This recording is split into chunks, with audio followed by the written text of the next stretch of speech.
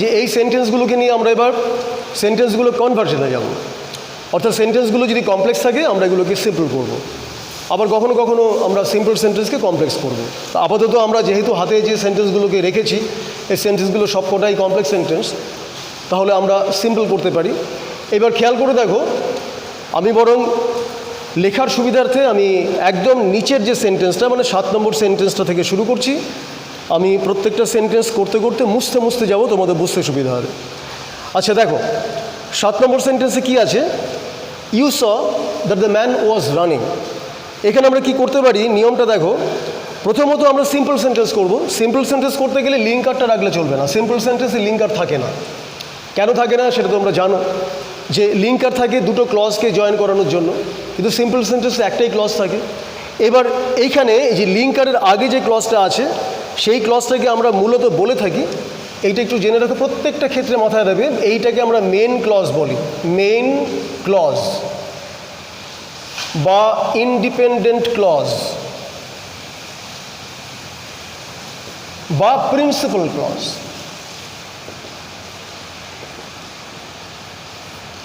Main clause, independent clause বা principal clause লিঙ্কারের আগের অংশটা। লিঙ্কারের পরের অংশটাকে আমরা মূলত বলে থাকি সাবঅর্ডিনেট ক্লজ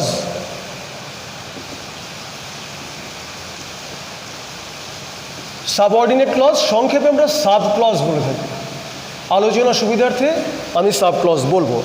তাহলে আমরা দেখতে পাচ্ছি যে লিঙ্কার যেখানে ছিল, লিঙ্কারের আগের অংশটা মেন ক্লজ, লিঙ্কারের পরের অংশটা সাব ক্লজ। একটা বিষয় সবসময় মাথায় রাখবে, in most of the cases আমরা কমপ্লেক্স সেন্টেন্স থেকে যখন সিম্পল সেন্টেন্সে কনভার্ট করি তখন যাবতীয় যা পরিবর্তন আমরা সচরাচর করে থাকি সাব ক্লজটাতে। সচরাচর কথাটা বললাম, এটা খুব ইম্পর্টেন্ট কথা। সচরাচর কেন বলছি? সচরাচর কথাটার মানে হচ্ছে গিয়ে নট অলওয়েজ, সবসময় নয়, কিন্তু বেশিরভাগ ক্ষেত্রে। এখন কেউ যদি পার্সেন্টেজ হিসেব করো তাহলে আমার মত হচ্ছে গিয়ে প্রায় 90% ক্ষেত্রে আমি যে কথাটা বললাম সেই কথাটাই আমরা ফলো করি। তো 90% ক্ষেত্রে যেটা করি সেটাকে শিখে নিই। কী ফলো করি? যে লিঙ্কারের পরে যে অংশটা থাকে যেটাকে আমরা সাবক্লজ বলে চিহ্নিত করলাম, সাবক্লজের মধ্যে পরিবর্তনটা আনি। তাহলে 7 নম্বর সেন্টেন্সে পরিবর্তনটা কোথায় আনবো? দ্যাটের পরে যে অংশটা আছে দ্য ম্যান ওয়াজ রানিং, কি পরিবর্তনটা আনবো? কিচ্ছু না, আই স, লিঙ্কার তুলে দিলাম, দ্য ম্যান, ওয়াজটাকে জাস্ট তুলে দাও। তুলে দিলে কি হয়? তুলে দিলে হয় I saw the man running. সেন্টেন্সটা হয়ে যায় সিম্পল সেন্টেন্স। কোন পদ্ধতিতে? খেয়াল করে দেখো, অনেকে ভাবতে পারো রানিং তো রয়ে গেল, কিন্তু শুধুমাত্র রানিং প্রেজেন্ট পার্টিসিপল, তোমাদের আগে একটা লেসনে বলেছিলাম, শুধুমাত্র প্রেজেন্ট পার্টিসিপল বা পাস্ট পার্টিসিপল এরা ফাইনাইট ভার্ব হিসেবে গণ্য হতে পারে না, হয় না। এদের আগে যতক্ষণ ওয়াজটা ছিল, রানিংয়ের আগে ওয়াজ ছিল, যতক্ষণ ওয়াজ ছিল তখন কিন্তু দুটো মিলিয়ে ফাইনাইট ভার্ব ছিল। এখন কিন্তু ওয়াজটা তুলে দিলাম, অর্থাৎ বি ভার্বটা, অক্সিলিয়ারি ভার্বটা তুলে দিলাম। তাতে কি দাঁড়ালো সেন্টেন্সটা? You saw the man running. অর্থাৎ মানেটার কিন্তু কিচ্ছু পরিবর্তন হবে না, খালি বলার মানেটা বলার ধরনটাতে একটু পরিবর্তন হবে। আগে কীরকম ধরন ছিল? আমি দেখলাম যে লোকটা দৌড়াচ্ছিল, আমি দেখলাম যে লোকটা দৌড়াচ্ছিল, আর এখন মানেটা কি দাঁড়ালো? আমি লোকটাকে দৌড়াতে দেখলাম। এই যে পরিবর্তনটুকু, সামান্যই পরিবর্তন, খালি ধরনে পরিবর্তন হলো, অর্থের কিন্তু বিরাট কিছু বিপর্যয় বা পরিবর্তন ঘটলো না। এই ধরনের পরিবর্তনের জন্য একটা সেন্টেন্স হয়ে গেল সিম্পল সেন্টেন্স, একটা সেন্টেন্স হতে পারে কমপ্লেক্স সেন্টেন্স। কমপ্লেক্স সেন্টেন্স হওয়ার ফলে এই সেন্টেন্সটাতে দুটো ওয়ার্ডের ঘাটতি ঘটলো, লিঙ্কারটা আউট হয়ে গেছে, ওয়াজটা আউট হয়ে গেছে, সেন্টেন্সটা ছোট হয়ে গেছে। এইটা হচ্ছে গিয়ে সিম্পল সেন্টেন্সে এইটা একটা পদ্ধতি। অনেক সময় কী হয়, যেখানে এরকম পার্টিসিপলের সহযোগে ফাইনাইট ভার্ব থাকে তখন আমরা শুধু পার্টিসিপলটাকে রিটেন করে রাখি, সব সময় নয়, এটা সেন্টেন্সটা অর্থ বুঝে করতে হবে। আমি একটা উদাহরণ দিলাম মাত্র। তো সেক্ষেত্রে শুধু পার্টিসিপলটাকে আমরা ধরে রাখি আর লিঙ্কারটাকে তুলে দিই, সেন্টেন্সটা সিম্পল সেন্টেন্স হয়ে যায়। চলে এসে 6 নম্বর সেন্টেন্সে। তোমরা অলরেডি 6 নম্বর সেন্টেন্সে দেখতে পাচ্ছ। যদি 6 নম্বর সেন্টেন্সে জিজ্ঞাসা করি কোনটা প্রিন্সিপাল ক্লজ, তোমরা নিশ্চয়ই বুঝে গেছো যে প্রিন্সিপাল ক্লজ হচ্ছে গিয়ে 6 নম্বর সেন্টেন্সটা একটু অন্যরকম। এখানে দেখো লিঙ্কার দিয়ে শুরু হয়েছে, তাহলে লিঙ্কারের পরের অংশটা যে আমরা বলবো সাব ক্লজ, তাহলে সাব ক্লজটাকে চিহ্নিত করে নিই। ওয়েনের পরে কি আছে? আই স দ্য টাইগার, এই পর্যন্ত একটা অংশ, I saw the tiger, I started running, এইটা হচ্ছে গিয়ে কিন্তু প্রিন্সিপাল ক্লজ। তার মানে সাব ক্লজ হচ্ছে গিয়ে লিঙ্কারের পরের অংশটা, বাকি অংশটা অনেক সময় দেখি, অনেক সময় প্রিন্সিপাল ক্লজ আগে না থেকে পরেও থাকতে পারে, তাতে ঘাবড়ে গিয়ে লাভ নেই। বুঝে নেবে লিঙ্কারটা কোথায় আছে, খুঁজে নেবে আগে। আই স্টার্টেড রানিং, তাহলে এইটা মেন ক্লজ, এখানে আমরা হাত দেবো না। তাহলে হাত দেবো কোথায়, পরিবর্তন করব এখানে।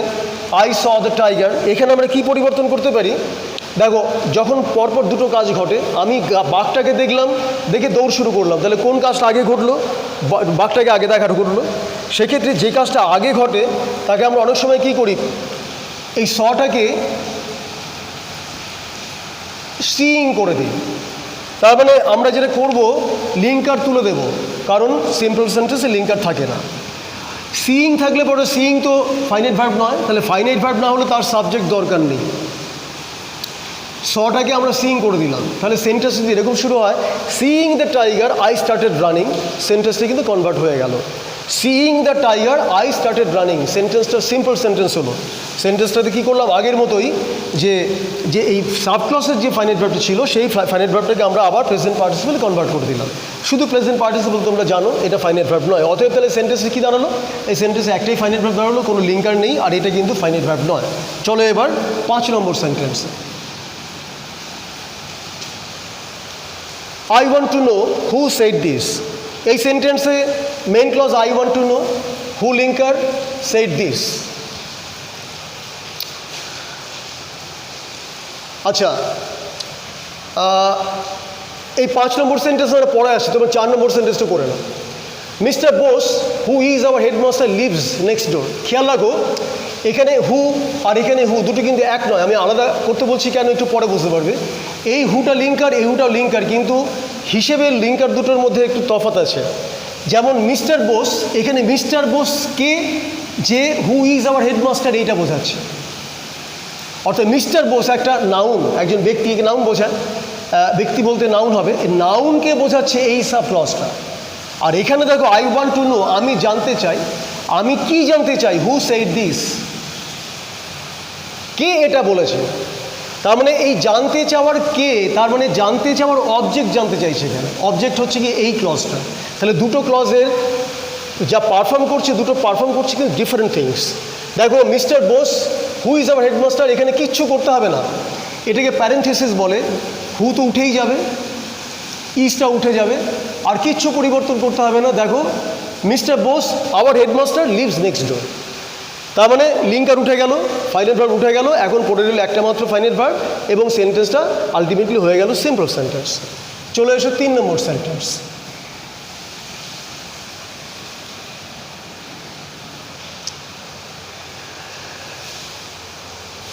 Nita could not come to school because she is ill. Could not come to school because এই হচ্ছে লিঙ্কার। লিঙ্কারটাকে তুলে দেবো আমরা। লিঙ্কার এই বিকজের পরিবর্তে আমরা একটা ফর লিখব, আর ইজ ইল এইটাকে ফর হার ইলনেস করে দেবো, মানে ইল কথাটার নাউনে নিয়ে চলে গেল, ইল অ্যাডজেক্টিভটাকে নাউনে কনভার্ট করে দিল। তাহলে Nita could not come to school for her illness, এই ফরটাকে অনেক সময় তো অনঅ্যাকাউন্টেবল লিখতে পারো। একটা ইন্টারেস্টিং ব্যাপার আছে এখানে, যদি কেউ বিকজের জায়গায় বিকজ অফ লিখে দাও, বিকজ অফ কিন্তু লিঙ্কার নয়, চলতে পারে। তারপর Nita could not come to school because of her illness, because of কিন্তু লিঙ্কার নয়। আচ্ছা, এবার চলে এসে 5 নম্বর সেন্টেন্স, যেটা আমি এতক্ষণ পেন্ডিং রেখেছিলাম। I want to know who said this, তার মানে কে এটা বলেছে। গোটাটাকে তুলে দাও,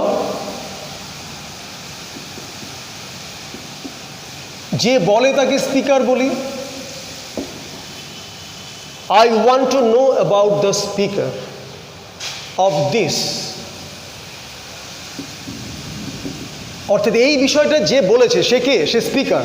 তাহলে হু উঠে গেল, লিঙ্কার উঠে গেল, সেইটাকে আমরা করে দিলাম কি নাউনে কনভার্ট করলাম, যে বলে সে স্পিকার, তার মানে ভার্ব রইল না। চলে এসো, আর দুটো মাত্র সেন্টেন্স বাকি আছে, দুটো সেন্টেন্সে কমপ্লিট করে দিই, তাহলে বেসিক্সটা একটু তোমাদের কাছে ক্লিয়ার হয়ে যাবে। দেখো এতক্ষণ আমরা যে নিয়মগুলো ফলো করলাম, সেই নিয়মের মধ্যে প্রেজেন্ট পার্টিসিপল ইউজ করেছি, কখনো কখনো ভার্বটা তুলে দিয়েছি, লিঙ্কার তো তুলতেই হবে। 2 নম্বর সেন্টেন্সও লিঙ্কার তুলে দিই, বিকজ হি ইজ অনেস্ট, তাহলে আই লাইক রাম আগের মতোই যদি আমরা ব্যবহার করি, ফর হিটাকে পাল্টে দিয়ে হিজ, আর অনেস্টের নাউন করে দিলাম অনেস্টি। তাহলে I like Ram for his honesty, তার সততার কারণে আমরা রামকে আমি ভালোবাসি বা পছন্দ করি। চলে এসো, তাহলে অনেস্টকে মানে অ্যাডজেক্টিভ থাকলে সে অ্যাডজেক্টিভকে নাউন কনভার্ট করে দিয়ে তার নাউন ফর্মটা আমাদের জানতে হবে। তার মানে এখানে আমাদের পার্টস অফ স্পিচের একটা ভালো ধারণা থাকতে হবে, তবে এই ধরনের সেন্টেন্স আমরা কনভার্ট করতে পারবো। I know that Ram is a good boy, দ্যাটটা তুলে দেওয়া। Ram is a good boy, এখানকার ইজটাকে আমরা করতে পারি কি ইনফাইনাইট ভার্বে পরিণত করতে পারি, Ram to be a good boy. খেয়াল করে দেখো, টু বসে গেলে কোনো ভার্বের আগে, ভার্বের প্রেজেন্ট ফর্মের আগে টু বসে গেলে সেই ভার্বটা ইনফাইনাইট ভার্ব হয়ে যায়। তাহলে এই সেন্টেন্সে একটা ফাইনাইট ভার্ব থেকে যাচ্ছে, আর ইনফাইনাইট ভার্ব একটা থাকুক দুটো থাকুক কিছু ম্যাটার করে না। তাহলে সেন্টেন্সে একটা মাত্র ফাইনাইট ভার্ব, অথবা সেন্টেন্সটা সিম্পল সেন্টেন্স। তাহলে এখন একটা জিনিস বোঝা গেল যে আমি চট করে একটা সাম আপ করে দিই যে সাবক্লজের ফাইনাইট ভার্বকে আমরা হয় সেটাকে ইনফাইনাইট ভার্বে পরিণত করব অবস্থা বুঝে, পরিস্থিতি বুঝে, আবার তাকে পার্টিসিপেলে কনভার্ট করব বা পরিণত করব, অথবা এই দুটোভাবে না হলে কখনো কখনো ভার্বটাকে তুলে জাস্ট সেন্টেন্স থেকে তুলে ফেলে দেবো, দিয়ে বাকি যা করবার হ্যাঁ লিঙ্কারটাকে সরাতে হবে। এই তিনটে পদ্ধতি মূল পদ্ধতি ফলো করলে কিন্তু কমপ্লেক্স থেকে সিম্পল করা যায়, এবং এইগুলোকে আমরা এই পরবর্তী পর্যায়ে কী করে টেক্সচুয়াল গ্রামারে অ্যাপ্লাই করতে হয় সেটা দেখে নেব। এই পর্যন্ত আজকের এই এপিসোডে থাকলো, পরের এপিসোড আমরা শুরু করব। তোমরা সবাই এটাকে শেয়ার করবে এবং কমেন্টসে প্রশ্ন থাকলে জানাবে।